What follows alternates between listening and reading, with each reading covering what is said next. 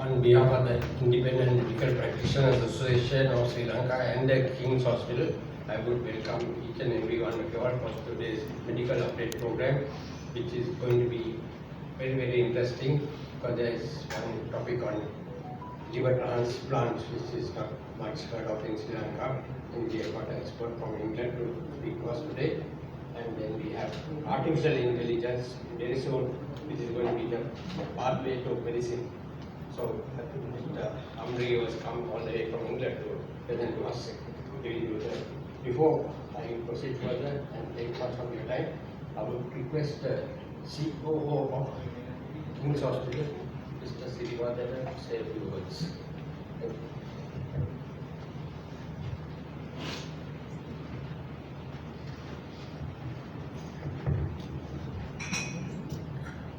Good evening.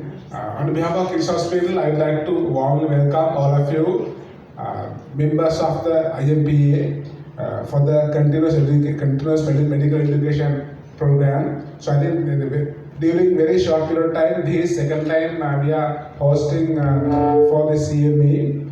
So we believe as King's Hospitals, GPs, so family patients are backbone for the private healthcare sector. So you are the first person, first doctor who's in touch with patients, mainly Colombian suburbs.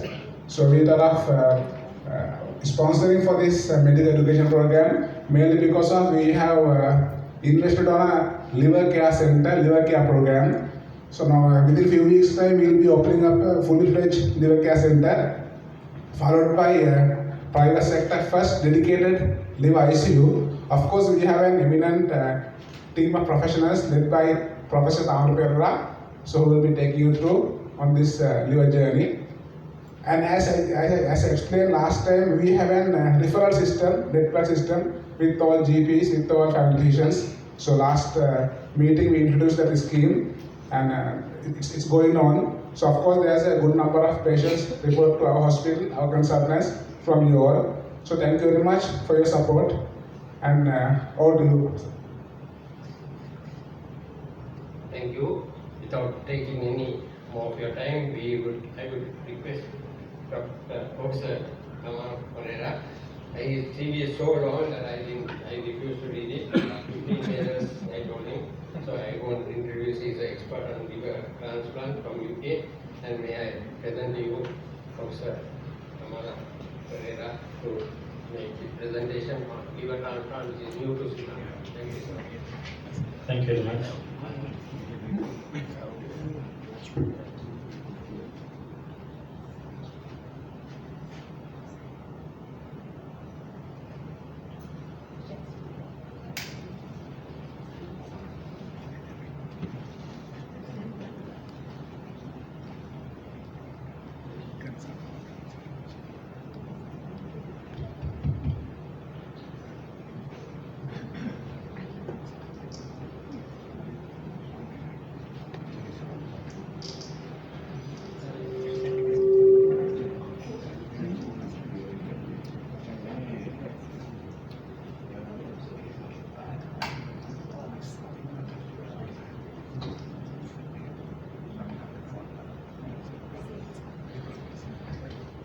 Good evening. I hope you all can hear me. Thank you very much for coming today to listen to my talk. I'm going to talk to you about liver transplantation and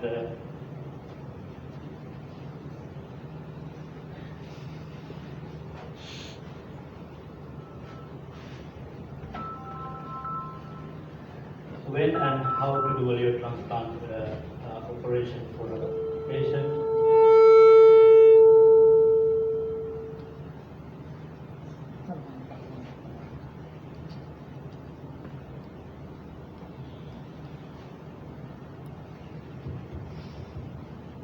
Sorry about that. When and how to do a liver transplantation operation for a patient. And with my experience abroad, I'm going to talk about liver transplantation from Sri Lankan perspective. So this is not a scientific talk. There's not much of hard data. I hope you all can understand me. And also, I would like it to be a bit informal. During the presentation, if you want to clarify something, please raise your hand and we can clarify things. This is my outline of the talk. I'm going to talk about the liver diseases and liver transplantation in general, a brief history, and what are the benchmark outcomes that we are going to achieve in liver transplantation, touch base on current experience, current status of liver transplantation in Sri Lanka, and also I'm going to talk a little bit about my experience, which I don't tend to do during my own presentation, but for the Sri Lankan community, you don't know who I am, so I think that is probably important. We all know that the human liver is the largest solid organ in the body. Generally, it consists various functions, about 600 metabolic functions. Liver is the synthetic engine of the body. This is the engine, but without the liver, the engine would work. So, when there is a patient with liver failure, survival is impossible without the liver transplant. We all know in kidney failure, we have the options, we have the machines that take care of the kidney functions as a whole. In liver, there is only supportive treatment. There have been so many attempts to develop a machine to take over the liver functions as well, but those things are not possible considering the number of functions that is done by it. So patients with liver disease, liver transplantation is the only established treatment. The left-hand picture is very, I'm sure you may have seen during your medical career, this kind of patients coming in with massive silence. Or those who are in pediatric practice may have seen the patients, little children with failed Kasai operation. This scar is here is a previous Kasai operation. And for these kind of patients, both adults and children alike, liver transplantation is the only treatment. From the original description of liver transplantation, the indications have widened. Now there are hundreds of indications. If I summarize the indications here, the chronic liver failure due to any etiology, viral disease, hepatitis B, hepatitis C, even hepatitis delta, coexistent with hepatitis B disease, alcoholic liver disease, NASH, MASH, NASH is renamed as NASH nowadays. So these are the common ones. Highlighted in red are the ones probably which are pertinent to Sri Lanka, what we should be focused on. Then there are cholestatic liver diseases like primary liver cirrhosis, primary sclerosing cholangitis. These are kind of genetically driven disorders. Those disorders are very rare in Sri Lanka. We don't come across these kind of patients. Then there are metabolic disorders, isolated one enzyme deficiency, urea cycle disorders, and those things are the metabolic diseases. These are very common in the pediatric group. Then we have liver cancers. Liver cancer is very common. Hepatocellular carcinoma can occur in any cirrhotic patient. Regardless of the background, they can have hepatocellular carcinoma. This is one of the commonest indications for transplantation in the Western world. About 20 to 25% of patients that undergo liver transplantation, the indication is hepatocellular carcinoma. Now, liver transplantation is not the treatment only for the chronic liver disease, but for the acute liver failure too. You may have seen patients with incidental or iatrogenic paracetamol overdose. The liver transplantation is the treatment. There's another patient group, viral diseases, hepatitis B, acute hepatitis B is common. And one of the more recently diagnosed entities was a patient with chronic liver disease could get acute decompensation triggered by an infection or any other physiological insult. So that is called acute or chronic liver failure. In England, about 10% of the whole transplant population is about for fulminant liver failure. When someone is in fulminant liver failure, the transplant is an emergency operation. That operation has to happen within 1 to 2 days, otherwise the systemic instability is so much, the patient will not survive.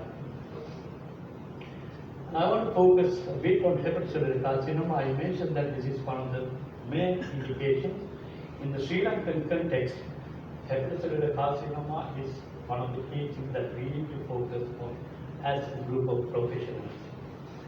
Now, I mentioned earlier that every patient with background liver disease, cirrhosis, they have a breeding ground for a cancer. The cancer could occur in any of these chronically damaged livers. In the Western societies, we have selection criteria, which is called Milan criteria, to diagnose patients with early hepatocellular carcinoma. These are the criteria. It has to be smaller tumor, or it should be too many tumors in one liver. Those selection criteria are there in those societies mainly because the transplant programs are reliant on cadaveric organ donation.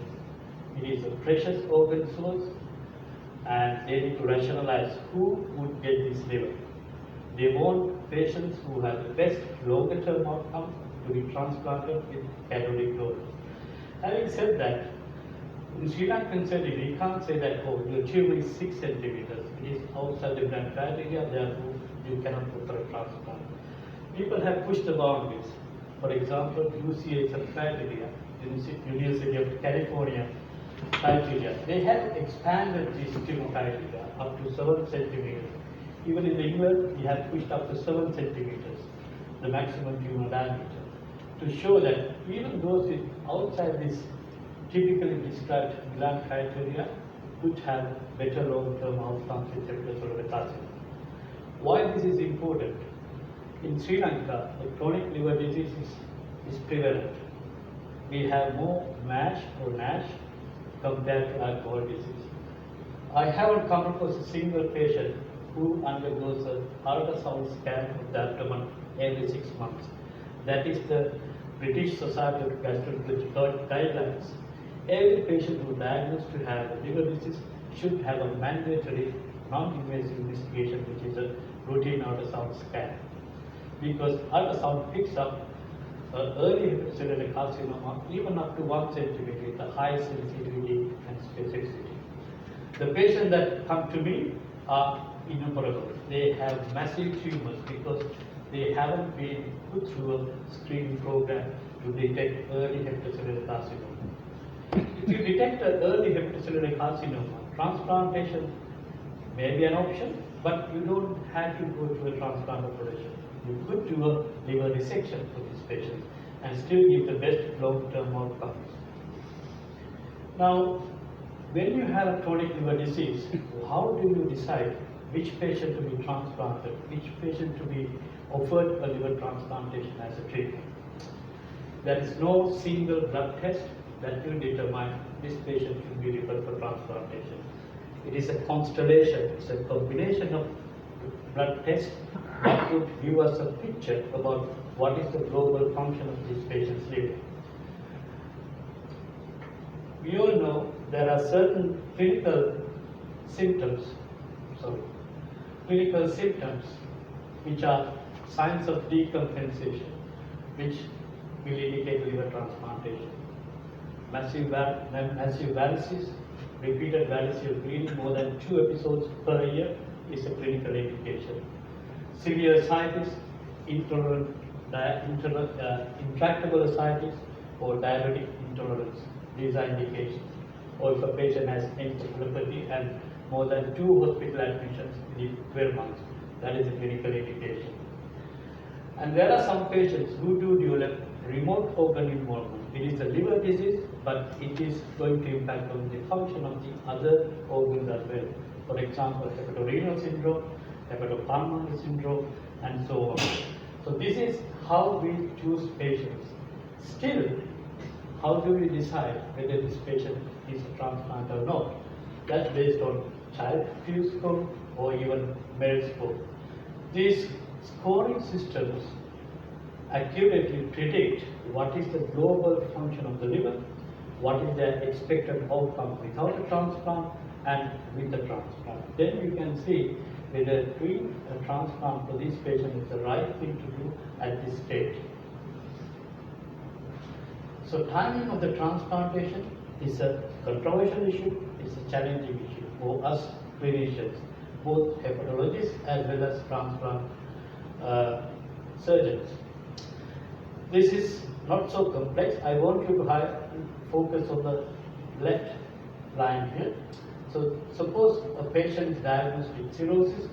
This is the natural course of his life. His chances of survival getting less every week, every month along the way. And the natural history is that the patient will die. Depending on how severe, how bad the liver disease is, this patient may have probably 50% chance of survival at the end of 3 months, and so on. If you offer a transplant for that patient in the very beginning, now if you focus on the red line, liver transplant operation is a big operation. It has a risk of perioperative mortality due to any complication. That's fair, that's natural to any operation, any major operation that you undergo. So if you account for that early perioperative mortality due to any complication, then this patient's chance of survival short term is probably less with a transplant compared to without a transplant. Whereas this is the tipping point. And if you choose the patient at this stage, his expected survival is greater with a transplant than without a transplant. So we should transplant patients too early, but we need to identify exactly time is the best for the patient. But in the Sri Lankan context, I can put it in a different way. Because we are not so developed, we do not have so many infrastructure and facilities. This is the cost of transplant in terms of what the patient has to pay, the price he has to pay with his life. Whereas, if you wait till the last minute, what the patient has to pay in terms of cost, the financial aspect, probably is going to be more if you wait so long for a transplantation. Therefore, early chronic liver disease, we should be very careful. Sometimes the early signs, for example, if you look at a liver profile, you have very high gamma GT, suggesting that you have steatosis or steatohepatitis, and marginal rise in bilirubin. INR is slightly off. You should not discount that. So that could be easily mistaken. This could be easily mistaken as a cloud, but it is not a cloud, it is a volcano. And the patient, the last stages, if you present, early cancer may be missed. If the patient comes later on, the cancer is incurable. You can't do transplant, you can't do liver resection. Same with the liver failure. The liver failure is so rampant and the patient has to go through a lot. The physiological insult, the trauma, and the remote organ support is going to be greater if you choose a patient at a late stage. Now, in kidney transplantation, it's easy, right? I'm sure there are no renal transplant surgeons. I'm not trying to be desperate, but in kidney transplantation, you can take only one organ and put it in.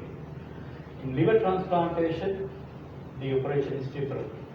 You need to take one out, put one in. So that's a simple term. You have to do a hepatectomy with a new liver in the same place. You can't do a heterotrophic liver transplant. Heterotrophic means the new liver goes into a different place. Kidney transplantation is always heterotrophic. You put it in the iliac fossa. In liver transplant, you need to find the liver and put it in the place where the old or native liver is in. There are many types of organ donor sources. We have caloric organ donation, which is a brain death, or cardiac death donor, and living donor transplantation. When you do transplantation, it could be a full liver graft or it could be a partial liver graft. Surgically, we can perhaps divide the liver into 8 anatomical segments, but we can't divide it into 8 and transplant 8 people from this one liver because it's not safe technically. This is helpful for us in liver dissections to take many portions of the liver out. What we do in transplantation, perhaps we separate into 2 halves. One small half, like this, which goes to a child, and we can give a bigger heart to an adult. Or in living donor transplantation, we can take the right lobe like this and transplant a living adult. So that comes from our anatomical understanding and the technical refinements of transplantation. So the evolution goes back to 50 years. Early experimental transplants were done by a guy called Professor Tom Starzl, who sadly died about 2 years ago, but he was a pioneer. He did his first liver transplantation in 1963, which was a failure. It took further 4 years for him to do one successful liver transplantation. Then Sir Roy Khan from Cambridge. So these two are the pioneers in liver transplantation. But not until about late 1980s, the transplantation became an accepted norm or the accepted treatment for liver failure. Since then, the transplantation boom, this is the data from European Liver Transplant Registry. Each year, more than 10,000 liver transplants are done in Europe alone. If you look at the global figures, this is the data from 2021, Global Transplant Observatory, more than 36,000 liver transplants have been done. But what is the state in Sri Lanka? So I took this from 2021 because last 2 years the data is not complete, it's not up to date. In 2021, Sri Lanka has done only 22 transplants in total, that is 19 cadaveric and 3 living donors. Is that enough for us? This is an estimation based on liver transplant need, based on the global data. You need minimum of 20 liver transplants per million population. So if you multiply by 20 million, you probably need about 400 liver transplants. My feeling was that being here for the last 4 months, we probably have even greater need. Now, we don't deliver liver transplantation first done in Sri Lanka probably about 13, 14 years ago.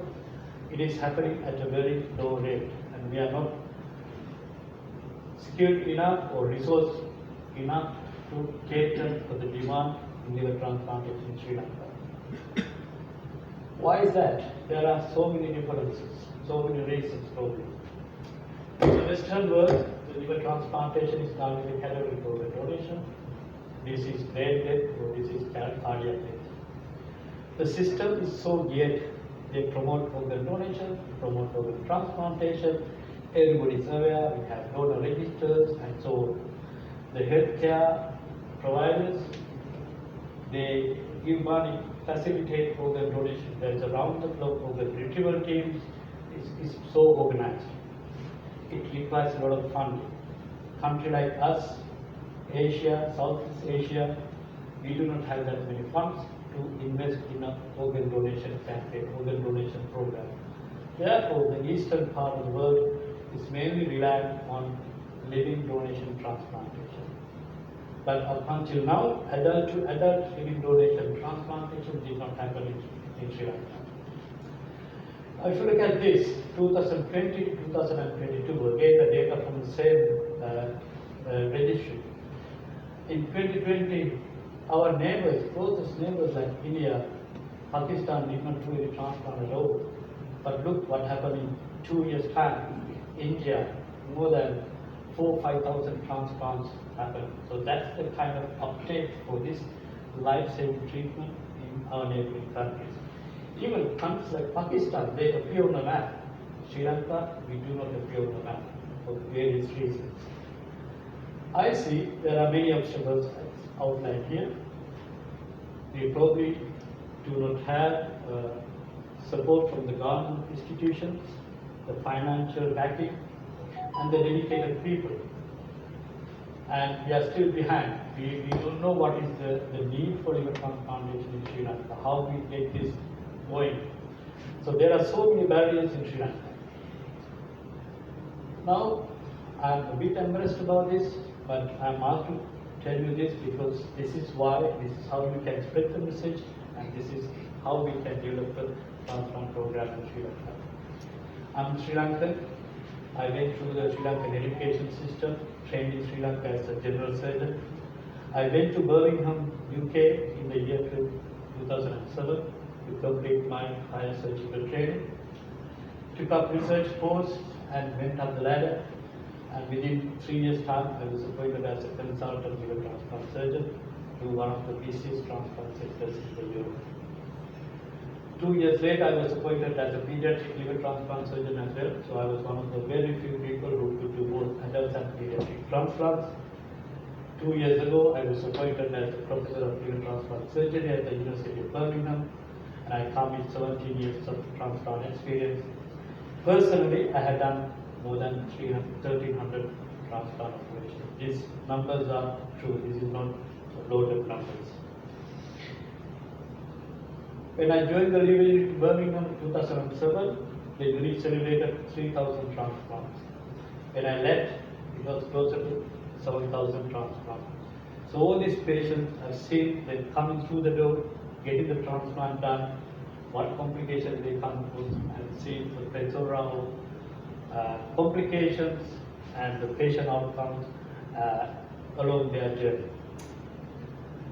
So these are the data from the National Hospital Blood and Transplant. You can see the Birmingham transplant numbers compared with the other biggest centre in the UK, which is London King's College, and all the other centres. There are only 7 liver transplant centres in the UK, and there are no private transplant centres.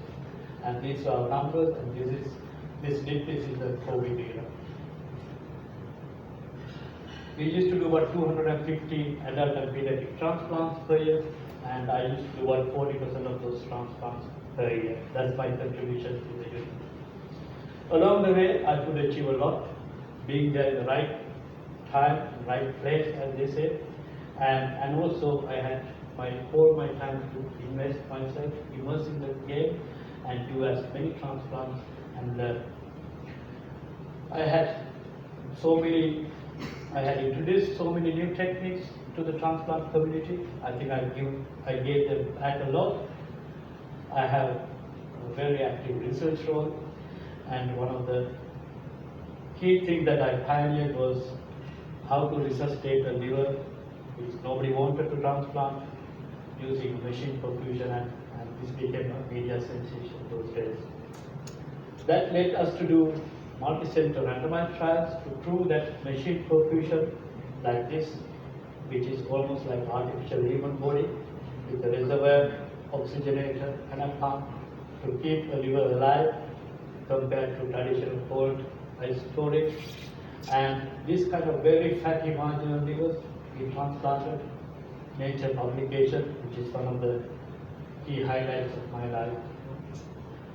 So, not stopping there, I wanted to push the board out a little bit more. Now, the machine perfusion was introduced as an alternative or better physiological preservation technique. I wanted to do something more. In England, people get second, third, or even fourth retransplant, late retransplant. Maybe 5, 10, 20 years down the line, your liver may fail.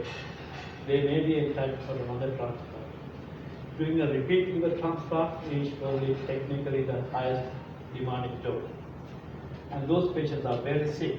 They spend a lot of time on the wards. I wanted to tie up the two things. The marginal liver that nobody wanted, I wanted to perfuse a machine and transplant the extremely challenging patient, which I started as a neighbor's initiative. And through this technique, could do marvelous things.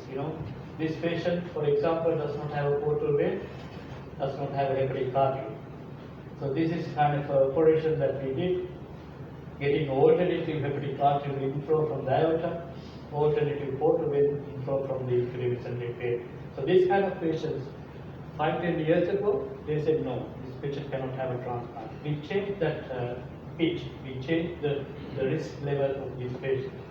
Another patient, the Bud Chiari patient, with a shunt going into the heart, all the way down to the portal vein. You can see in the CT scan, it is sitting in the right atrium. But we designed technical innovations to facilitate transplant for these patients. So marginal liver, extremely high risk patient.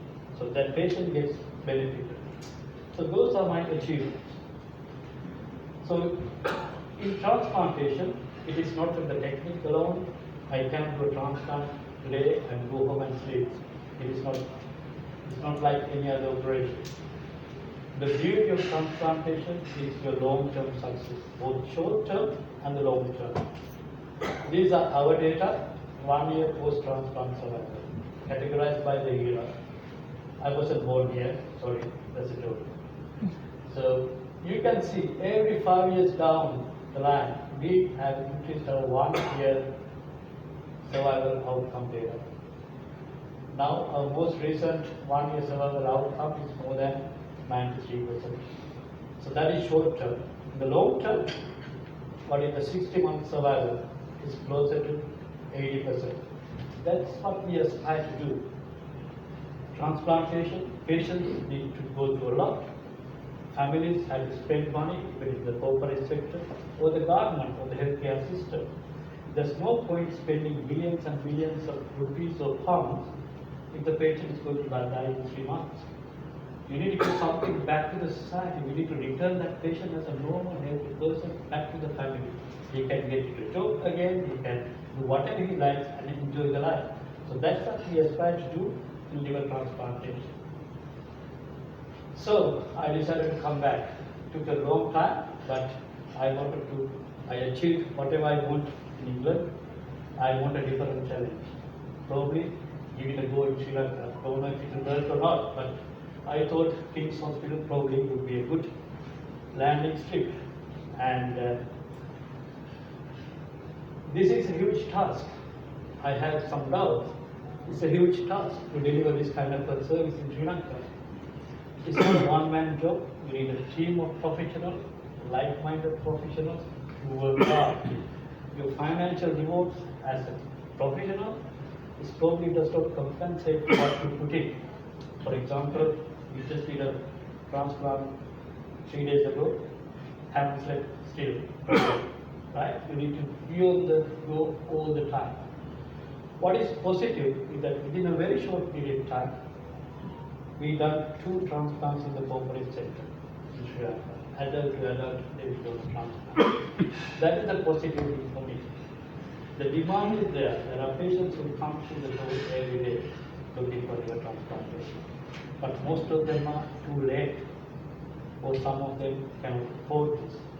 But we need to find a system where we get the patients referred very early on and offer this transplant earlier on so that the amount of money they have to spend is probably less and the outcomes are better. So, to conclude, I think the demand for Sri Lanka, demand for transplantation in Sri Lanka is more. We can do more than what we do. At the moment, there are 3 state or university entities that offer liver transplantation in Sri Lanka. But what they deliver is not going to help the patients in large scale. We have a vacuum and we have an opportunity to develop a high volume, good quality transplant center in the corporate sector because we cannot rely on the government sector funding for this kind of high, expensive operation. So that's where I will end my talk. These are my contact details. You can approach me formally, informally. We can discuss. If you have a patient, if you have a question, I'm happy to answer. Happy to see a patient free of charge even. But I just want to deliver something to Sri Lanka, do something. Otherwise, I don't know. I don't want to be disappointed having taken this career break. Thank you.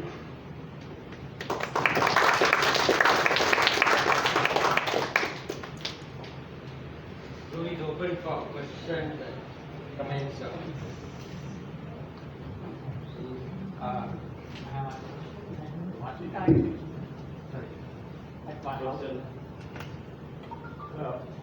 Thank you very much for your very comprehensive lecture.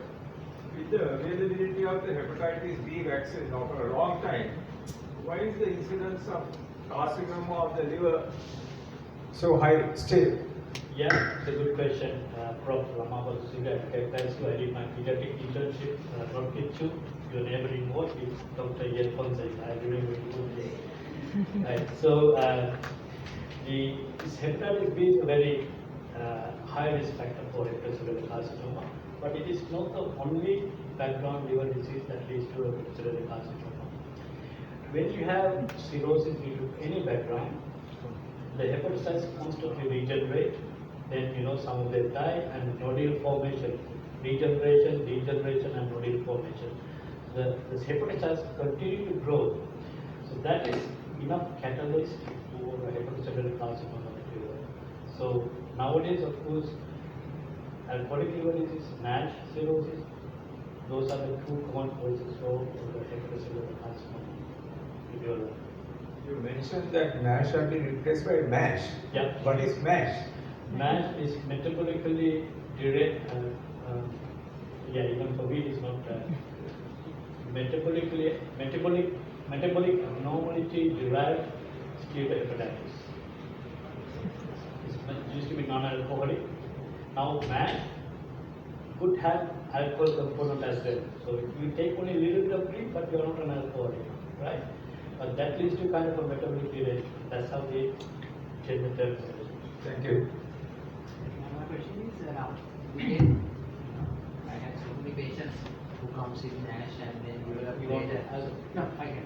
I develop later into cirrhosis and maybe hepatocellular carcinoma or only cirrhosis. At what stage, how do you know when to refer for liver transplantation? How do you... Exactly what I was trying to say. If you have a patient, if you suspect the patient has got cirrhosis, it doesn't include cirrhosis. Liver function derangement, okay? First thing is to do an ultrasound. And that ultrasound, even if the previous ultrasound was negative 6 months ago, repeat another one every 6 months. Everyone who is suspected of having a liver disease should have an ultrasound as the first screening tool. The second test that we can do is alpha-fetoprotein. Most of the hepatocellular cancers are tumor marker secretors. There are few cancers which are probably well developed hepatocellular carcinoma. They don't secrete AFP. So you can still have a tumor hidden there with a normal AFP. But most of the time, these two investigations hit after early stage hepatocellular cancer. What I mean is, now say somebody with cirrhosis who doesn't have a hepatocellular carcinoma, Yeah. then how, at what, so they come very late, then I think all the metabolic system is the body is delaying, I don't think we can go into transplant. So the key thing that you look in a liver profile, serum albumin, hyperalbuminemia, then bilirubin. Bilirubin is incorporated in all these scoring systems. High serum bilirubin, low serum albumin, high INR. Those are the three important things to look in a liver profile. So when they are deteriorating, then we have to go and see. Is this fibroscan and things like that? A lot of people ask me that question. In Sri Lanka, people are heavily invested on fibroscan and what is the other called? Elastogram. Those things we don't do in England at all. We don't. I mean, occasionally routine medics use it, but that is not a selection criteria for liver transplantation. Normally, if you don't have a hepatocellular carcinoma with only cirrhosis, can you transplant only a part of the liver without? Yeah. This is what we do in liver transplantation. We take the entire liver out, but when we put in, we take the half the liver from one living donor and put it. Total liver you take out now. Yeah, we had to take the entire liver out. And there's no point leaving half a liver in there. In a cirrhotic patient, cutting through the liver is going to be very challenging, bleeding, and complications, and there's no point. So you need to take the entire liver out, put half in. Half is enough for you to survive. This anti-rejection medication, they have to take after the liver transplant. Lifelong. But they are very safe. They are safe. Is there a lot of medication you have to take or one or two? There are 3 anti-rejection medications, but the dose and the type of medication come down with time. At the end of 3 months, the amount of immunosuppression medication is minimum. With time, it could get even further less. Most patients, after 5 years or so, if their graft function is stable, they can rely on one type of medication and one tablet of that, or one capsule of that. That's the kind of stability we have with the current immunosuppression medication. Can you Sorry, yeah.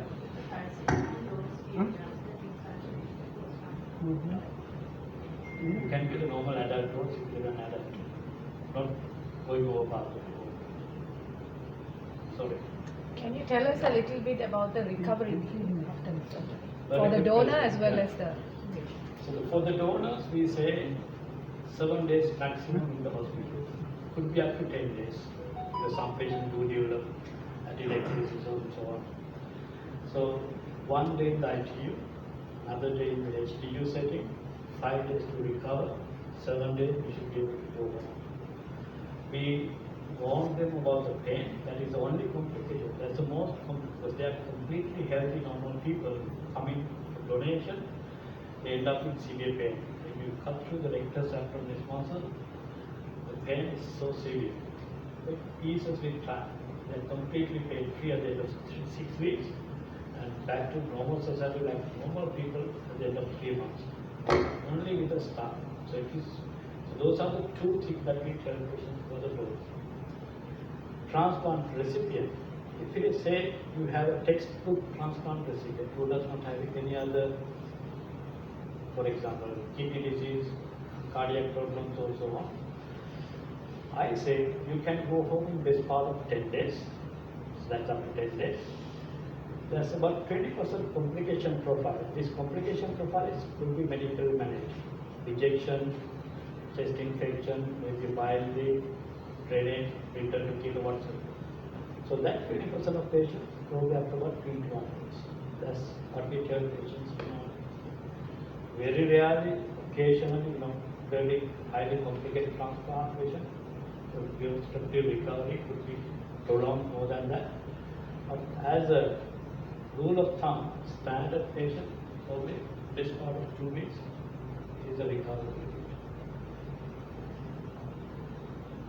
You mentioned about altered liver enzymes to do the scan, ultrasound scan, every 6 months. Is it for altered liver enzymes patients or If you do a liver profile, if it is perfectly normal, you can probably speculate that there's nothing going on, right? But if you do a liver profile of the Sri Lankan population, you might find 50% of them will have high MRGT, slightly raised bilirubin, slightly raised alkaline phosphatase, AST, ALT, or twice normal. That is due to our Sri Lankan match. Okay, that's related to our lifestyle. We tend to eat, drink, go to work, sleep. We do not have healthy lifestyle. We don't eat healthy food, and we don't focus on looking after ourselves, our organs. So patients naturally develop steatohepatitis, NASH, Sri Lankan. So these patients should be picked up very early. They should be advised on healthy lifestyle. And so if you look at their profile, liver profile, then you modify their lifestyle and repeat the liver profile and see. I have seen that patient. In my short stay, I have seen those kind of patients. in the fatty liver patients? Fatty liver could be reversed. So identify early, you could reverse.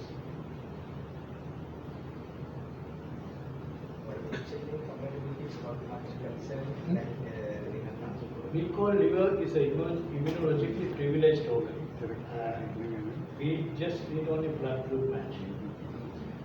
It's immunologically privileged because liver is full of copper cells, tissue macrophages. So anything happens for the rejection to occur, the lymphocytes has to attract the liver, hepatic sinusites and start the destructive mechanism. But the copper cells take them in. Antibody-mediated rejection does not occur because all the immunoglobulin, the antibodies are absorbed by the copper cells. So therefore we call it an immunologically privileged organ.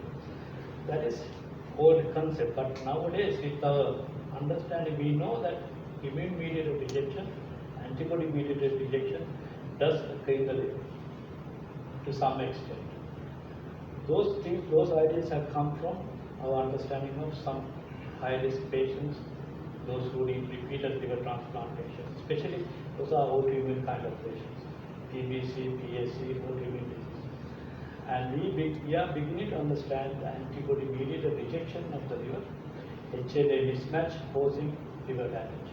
And that is it's still in the experimental stage, but that concept is there. largely it is not a big issue. HLA mismatch is not a big issue. So how often do you see a rejection? Rejection is common. Liver rejection is common, but it's treatable. So you don't have to worry. About 1 in 3 patients do develop rejection. If you have immune-mediated disease like again EBC, PAC, OTB, you have 1 in 2 chance, 50%. Alcoholics do not reject. Alcohol patient is about 1 in 4, 25%. So altogether we say 1 in 3 patients likely to reject. Rejection is not a big issue at all. It could be treated by doing a liver biopsy, confirming the diagnosis, and high dose steroids.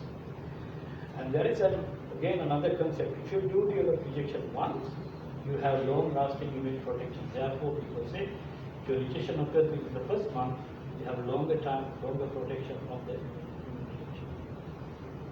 And these medicines for this rejection and the long-term medications are all available here?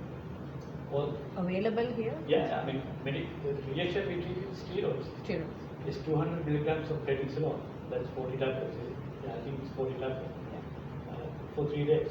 Or you can do a methylprednisolone injection, 1 gram for 3 days. Rejection disappears. Anti-rejection medication is there because Sri Lanka had kidney transplant Kidney programs for the last So it's 20 the same 30 thing. years. Yeah. Alright. Okay, thank you very much for listening to me and Thank you. for the opportunity to come and talk to you, and have a nice evening. Thank you, Doctor. An excellent presentation, and thank you for taking your walk from UK and coming to help Sri Lanka. And on behalf of the IMBA, congratulations. Thank you. And thank you for your fantastic presentation. Thank you. Thank you. I think there will be lots of patients here, and we will have lots of patients and hope to have all the best. Yeah. And now I'll call Dr. Shani. Dr. Shani. She will give a small presentation on the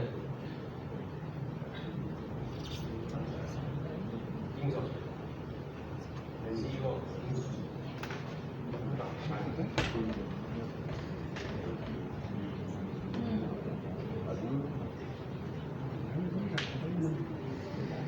Good evening, everyone.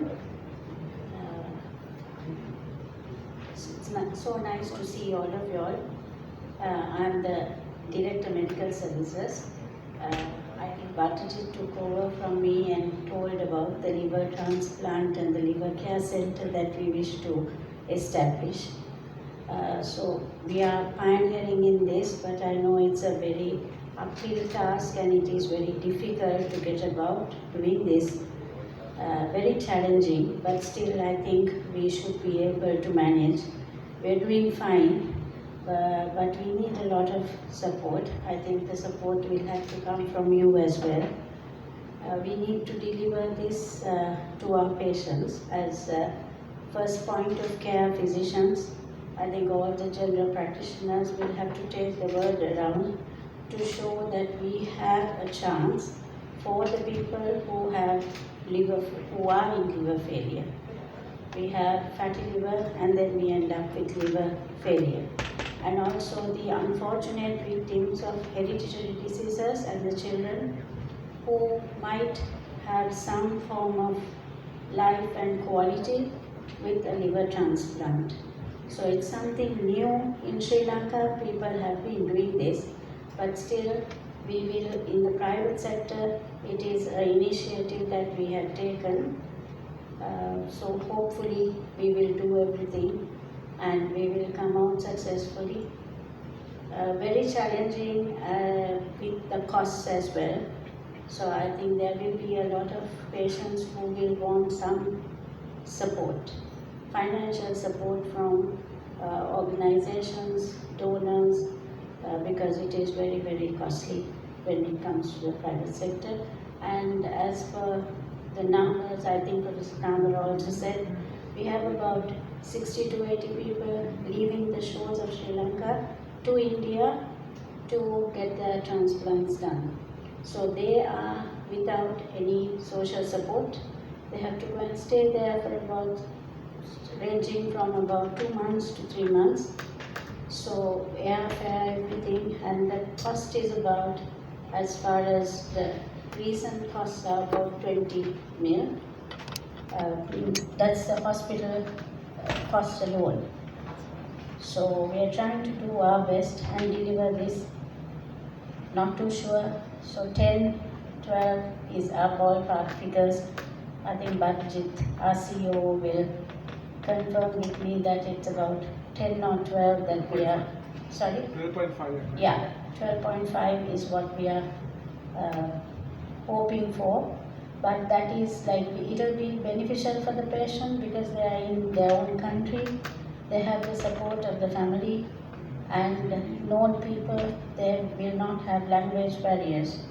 So hopefully we can get this off ground with the support and the completely, I think, with the support of Professor Thamara. So hopefully he will stay on with us and take this program and deliver it successfully. Thank you so much. Thank you for taking time off to be here.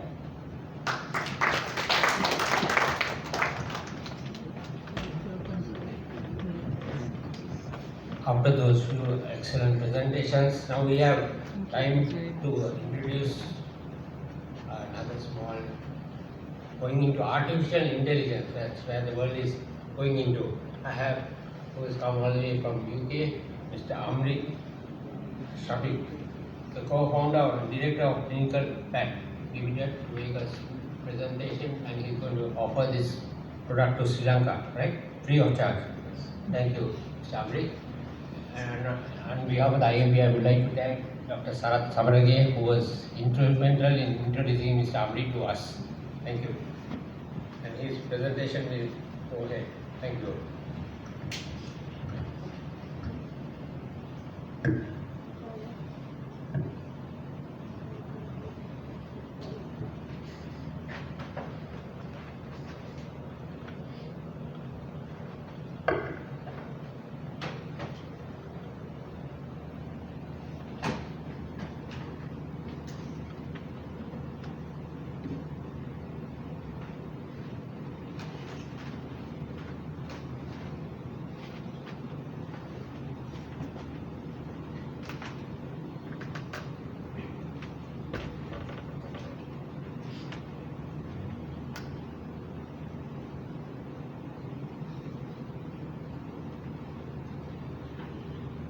Right. Good evening, everyone. Thank you very much for giving me this chance to be here. I just do want to especially express my thank you to Dr. Hazari and Dr. Samari for inviting me this evening. My name is Amri Shafeek, and I am Sri Lankan myself. So I was brought up here. Just a little bit about me really quickly. I'm not a doctor by any means. I'm an entrepreneur. So I did my higher study. I did my studies here, moved to Australia at a fairly young age, completed my higher studies in Australia, got married, and moved to the UK, and I've been there for the last 8 years now in the UK. So today I'm here to present something slightly different to what has been discussed today, more along the lines of digital health. And I think it's a very important topic to be brought to a country like Sri Lanka. So essentially, to be honest with you, Sri Lanka compared to other countries at this stage is far behind when it comes to adopting digital health. Countries like the UK, the US, Australia, and other South Asian countries, we are far behind in adopting this change. So it's quite important that this change is taken into account and adapted within Sri Lanka. And to be honest, there is of course the cost factor that comes into play.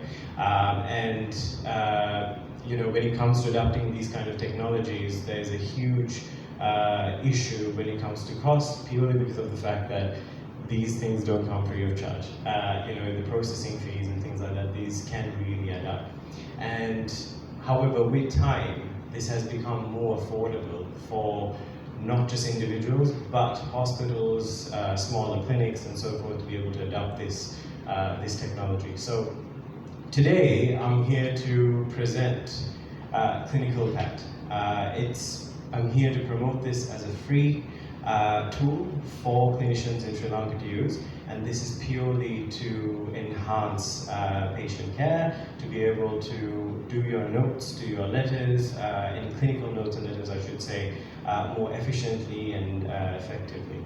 So Clinical Pad is just a small piece of what is to come within artificial intelligence, as you know, as AI. So what I will be discussing today is not a very large topic, so I'll run through it with you, but a little bit about us. What is Clinical Pad? What is IDAScan? Our management, and for you to express your interest if you're interested as well. So a bit about us. So I am the director co-founder of Neurosense Limited. It's a UK-based tech company that focuses on healthcare technology. And so basically, we have been developing products for the last 5.5 years now, in the works of developing multiple products within the healthcare sector. And I'm here today to show you 2 of those products that we are coming out with. So the objective today, or the objective of Neurosense as a company, is to enhance patient care with what we do. And not just enhance patient care, but also ease the workload of clinicians just like yourself. Because I think you don't need me to tell you, you know how busy your lifestyle is with not just work. I think work takes a lot of your time on a daily basis. You know, it takes you away from that family time that's very vital for you. So the team is not just myself. Of course, I'm not a medical professional by nature, but of course we have a fairly big team comprising of pretty much all other medical professionals from a wide range of healthcare fields. So one of the challenges, or one of the main challenges that we are trying to focus on here, is to provide medical healthcare technology at a very affordable rate, if not affordable, free. And one of our main mission here is to provide groundbreaking technology. So technology, it's not just about providing the best thing out there, but the most useful technology out there. Things that others don't necessarily think about, that are actually going to be very useful for clinicians like yourself. So basically, what is Clinical Pad? Clinical Pad is a very simple product. It's not anything fancy, it's nothing too complex. It's a product where, as you know, when you see a patient, you generally take down notes. And especially within the Western countries, when you take these notes down, you are required to have these these notes recorded in a systematic way, so that they are recorded under patient files. And this is why digital health will be very important within Sri Lanka, because when you go from one doctor to another, there is a record of that particular patient, so that patient doesn't have to repeat themselves to another doctor every time they go and see another doctor. Because with repeating themselves, there is a massive part to that patient's history that is lost in conversation. So when that's of course we can't expect patients to know everything about themselves. You need to have these things recorded, and that's why digital health is so important to be adopted. And that's exactly what we're trying to do here. It's just a little piece of this whole big picture that we're trying to address here. So essentially, what we do is Clinical Pad allows clinicians like yourself to take down these notes in a very easy and quick way, without having to worry about the little details in terms of grammar, in terms of the medical terminology, making sure that the spellings are correct and things like that. We've taken all that out of the equation for you. So one of the benefits of Clinical Pad here is the ability to create professional clinical documents without having to spend so much time that you would otherwise do. So one of the examples, and I will show you this in just a moment, is clinical letters. You would generally spend time, if you write a letter for a patient, if it's referring a patient to a hospital or referring a patient to a hospital maybe overseas, you may spend time sitting down, writing down those letters, spending your valuable time putting all those notes into professional wording. So that's one of the points that we'll be addressing here with this product. Generated within seconds, so we actually did need that. We're giving you that time back, and that's what AI can do here.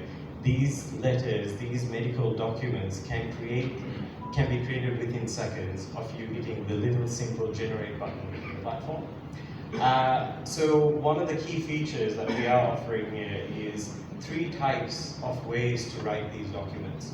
One is you can simply type down these notes. You can have your laptop or a computer open, or even your phone for that matter. You can have this open and simply type down the notes as you are speaking to a patient.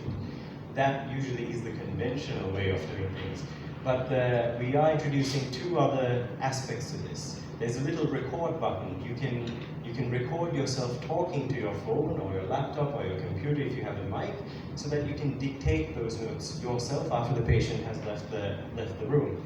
Or the third option, which is the newest option that we are introducing, and probably the most favored option amongst clinicians at the moment, is transcribing these notes, where you could simply hit the record button whilst you're with a patient. It will listen to the conversation that you've had with the patient. It will identify exactly what you said word to word. It will identify exactly what the patient said word to word. It will give you a full transcript of that if you want to read through it. And then it will generate the selected document that you choose. So for example, if you choose to create let's say a referral letter, all you have to do is hit record. It will record the whole conversation, so you're not typing in a word, and then all you have to do is hit the little generate button, and it'll generate a professional clinical letter with all the correct medical terminology that you use during that conversation. You can also edit that before you hit generate, so that you can include anything that was not captured in that conversation, and it will generate that letter. Now, you can generate these letters, not just the body of it. You can have your own letterhead, you can have your signature, all that recorded and generated instantly. So you're basically generating a letter, a full-bodied letter within seconds. Integrations. This is something that we're currently working on at the moment. So basically, we'll be looking to integrate this platform into hospital platforms that are currently being used. So EMR and EHR platforms. Now, this might be seldom used within Sri Lanka at the moment, purely because not a lot of hospitals have these kind of platforms integrated. But of course, there are plenty of hospitals that do have them at the moment. So we'll be looking to sort of to be able to integrate this platform so that you can save these notes and letters and things like that into these platforms. Collaborating. So basically, these, as we all know, we do have,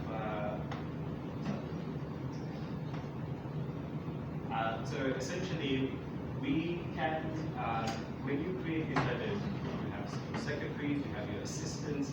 Not everything is going to be done by you. There are going to be things that you may want to edit and things like that. And that's exactly what collaborating is going to do. We're going to be able to invite your secretaries, your accountants, whoever you like, into the platform. You can control the access they have in this platform, and you can assign letters to them. So if you want a letter, for example, using letters, because this is exactly what we're starting off with. But basically, if you want the letter to be printed out and shared with a patient, for example, what we are doing here So basically what we're doing here is you can assign that particular letter to that particular secretary who will then do the rest for you, so that you're not spending time doing that yourself. And one of the important bits that we're currently working on that will come later on this year is insurance billing and claims management. So for those of you that may be involved within the insurance billing aspect of it, we are using AI. So at the moment, in a nutshell, how it works is you see a patient who works within who is coming into the hospital with insurance to pay for their treatment. Basically, what happens is once they leave, this information is shared with the insurance company or a billing company first, who attaches the correct medical codes onto the platform, then shares it with the insurance company, who then pays out the doctors or the hospital for the treatment. But the problem is, there is a 20% error gap there. So basically what happens is there are doctors, there are hospitals that are losing out on those little amounts that end up accumulating over the year purely because of incorrect medical coding.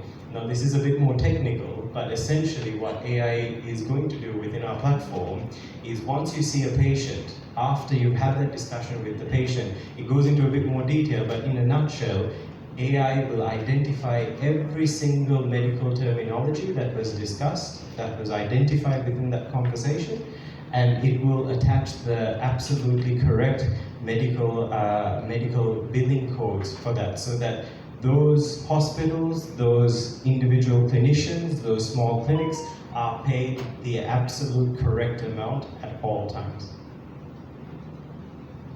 So how it works, simple 4 steps. Basically, as I mentioned before, you can simply type, dictate, or transcribe the conversation that you have with the patient. You can choose the document type, and what I mean by document type is we are starting out with clinical letters, but we are introducing things like HMP notes, or history and patient notes, and we are also introducing discharge notes and operational notes, and a whole variety of different types of clinical notes and documentation that you can choose from. Finally, you can also, you simply hit generate, and it generates a complete document for you. You can assign and share this document with the patient, with hospitals, and so forth. So what I want to show you here is one of the last few slides. This is, these examples are taken directly from our platform. It's not live just yet, purely because we're coming to a close with our development, and it should, we are hoping to release within the next 2.5 to 3 weeks. So basically, this example that you see here is from an actual patient conversation with a GP in the UK. So this is one of the notes that a GP took down whilst he was seeing a patient. And he put this into our platform. He was one of the GPs that was testing our platform, our prototype platform. And what you see here is a completely generated letter that was done through this, with this note that was created. Of course, the information that you see up there is fake information, of course, but it's anonymized. But essentially, what you see here is a complete clinical letter that was generated with just these notes. Now, keep in mind, these notes were just typed. When clinicians dictate, you know, you can type whatever, you can dictate whatever you like. When you transcribe, as I mentioned before, a full transcript will show down here with the conversation you had with the patient. With all that, it will still generate the complete document for you, ready to be printed, shared, emailed, whichever it is. This is the second example that I have for you. This is a note by an orthopedic surgeon who is also one of the directors of our company. So essentially, this is one of the notes that he had down while he was seeing one of his patients. And again, this is one of the letters that were generated through our platform. Mind you, within the matter of 4 seconds, all that was generated. So intentionally, he had, even as the previous one as well, they put in spelling mistakes, they put in things like, as you can see, FU follow-up in in 4 weeks, for example, because you don't have time to write 4 weeks. And when you dictate, you can type these things shorter. Our system is trained in thousands, if not hundreds of thousands of medical terminology, abbreviations, so that it understands from normal language. Not everyone has the same abbreviations, so of course what AI does, and this is the beauty of it, every time you use it, it gets smarter. So if you use it once and you think it didn't understand what you said, use it the second time and it will know exactly what you meant, because it learned from the first mistake it did. So, and that's the beauty of AI. It will continuously learn and improve. So that's clinical path for you. I do want to, the last 3 slides now, I do want to briefly tell you about our second project, which is IDASCAN. IDASCAN is a radiological project that we're working on, and this is a fairly big project. So we partnered up with organizations like a few NHS trusts in the UK that have multiple hospitals under them. So a lot of the data that we are obtaining for this particular project is directly from the NHS, from these particular trusts. So essentially what we're doing is, this particular project is focusing on MRI scans, and more so within the MSK field, so musculoskeletal field. So to start things off, and essentially what you can do is, once an MRI scan is performed, it can be uploaded onto a platform. It will analyze the scan. Again, this is usually done within 15 seconds or so. It will analyze the scan. It will identify the anomalies within the scan. It will highlight the anomalies within that scan for you, and even give you suggestions on what those treatments possibly could be. Along with, we've also taken it another step. We're also implementing the feature where it will give you the studies that it analyzed to give you those possible treatments. Of course, this is not the final word that doctors need to use. These things are obviously, it comes down to the discretion of that particular radiologist or the doctor that does view these scans. But this is essentially the product that we're here. This is not exactly the images of our platform, but it is very, very similar to what we're working on at the moment. The process of this is exactly like I mentioned before. You conduct the MRI scan, you upload the images of that. We will have integrations taking place with your current radiology projects, so that, or your systems, where you can integrate it, so you don't have to upload them separately. Once an MRI scan has been completed, it will automatically connect to our platform and it will generate that for you. We are hoping this will save a lot of time for radiologists who would otherwise spend so much time analyzing these scans, and also reduce any errors that may take place. So another thing, just as previously, you can assign and collaborate with this. We are taking this a step further by introducing VR, so virtual reality. So you can use it on a computer, but if you want to take it a step further, for those organizations looking to use VR, you can put those goggles on, you can see this whole thing that I just mentioned in a 3D image, and move things around with your hand, dissect things with your hand, just to view some of these aspects of it within this MRI scan that has been identified, and then make a more in-depth clinical decision with that. Basically, this is our leadership team at this stage. Of course, this is not just the 4 of us.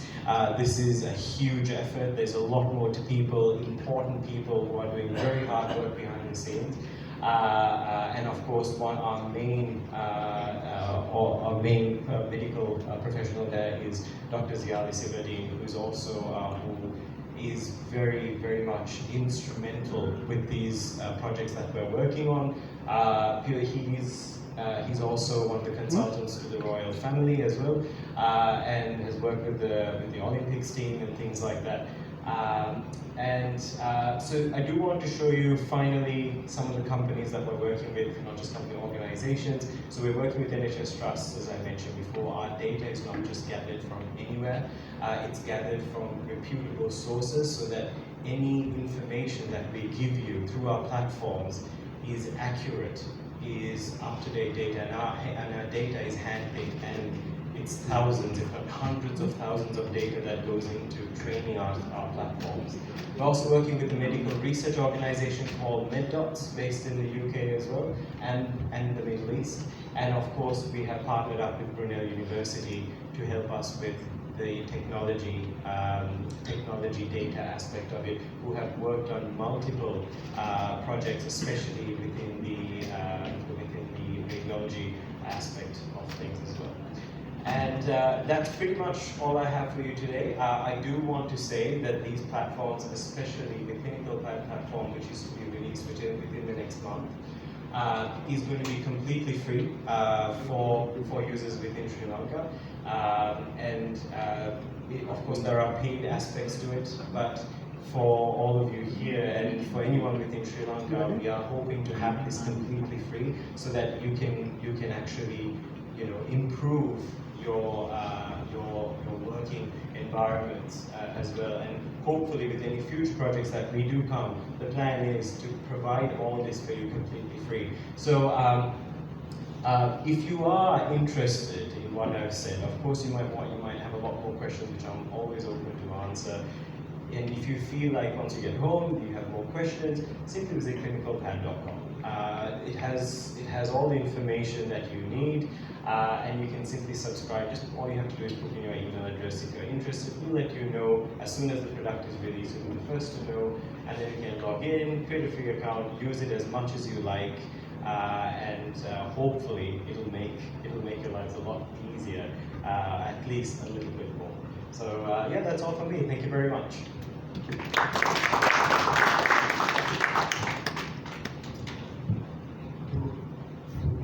the excellent presentation, and medicine is going to. I want to make a small comment. I think clinical iPad will improve the doctor's writing. Doctor's writings are so bad. I get so many times the pharmacists running to me and asking surname or anything. My writing I can read, but others can't read. Okay, I think that happens to a lot of doctors. Recently I got a prescription, I said, sorry, I can't figure out. I think that will be a very good advantage having this iPad. Clinical iPad. Thank you. Any other comments and suggestions, please?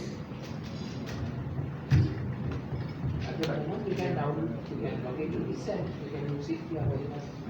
Yeah, so at the moment, it's not released just yet. We've just finished our prototype. It's about to be released within the next 2.5 to 3 weeks. But what you can do is just, if you are interested, simply put your, go on to clinicalpad.com and just put in your email address saying subscribing, and that's all you have to do. We'll let you know as soon as it's released, and then you can log in and use it as much as you like. Thank you for the informative session. I just want to find out all the data that is being stored. It's on a browser, it's on a web browser. It is a web application, yes. And then as owners of the company, the data, do you use the data to analyze it for marketing purposes and things like that? Absolutely not. So the data the medical data that is inputted within the platform is stored only to process these particular documents, and that's it. We don't use any of this information for marketing purposes, serving third parties, none of that. So we are GDPR compliant. We are in the process of being HIPAA compliant, and these are not just terms I want to throw about because of how important data security is within our platform. So to answer your question, no, we don't use any of that information or any marketing just to proceed.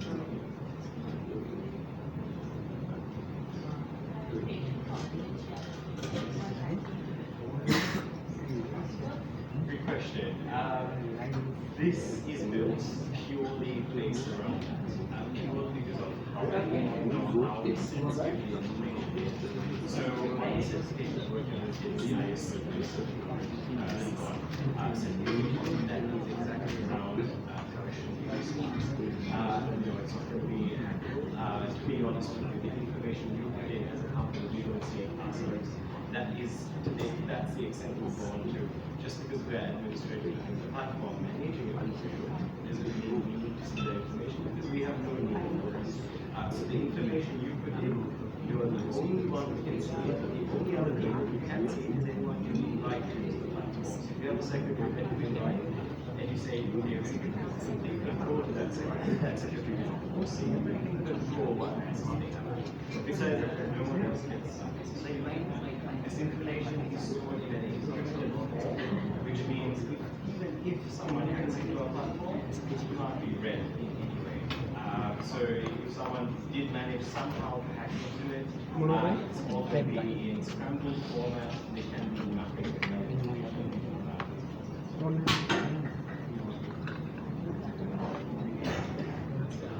Thank you, Amri, and I would like to once again thank you for the excellent presentation and thank Dr. Thamara for introducing to us and we hopefully this will take a long way forward. So, and on this,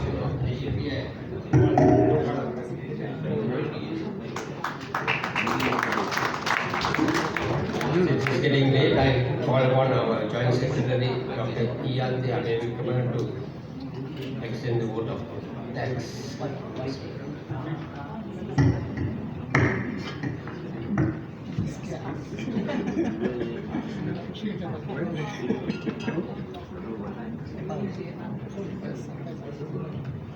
Thank you. This vote of thanks is usually done by the other joint secretary. And today she said no. Okay.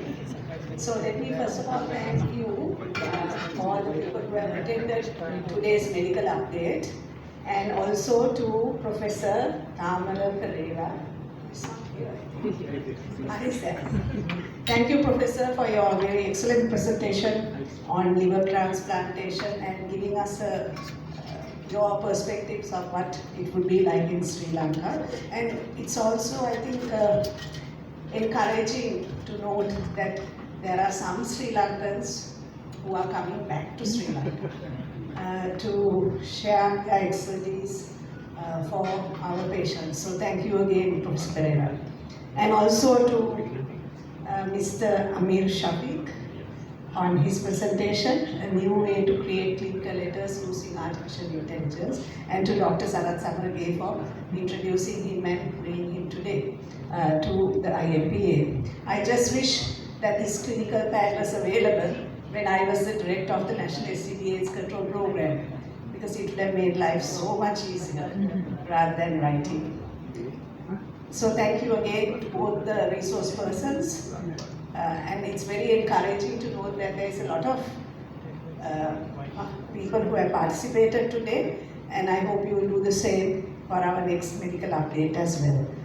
Also thank to King's Hospital for hosting the medical update, fellowship and dinner, and also for arranging for the IMPA to have its council meeting here today.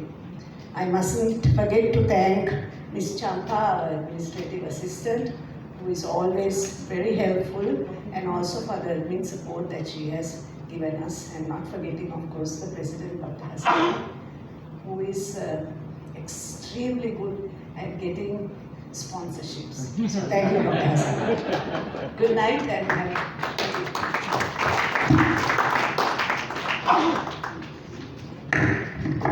Invite all of you all for fellowship and dinner. Thank you. Good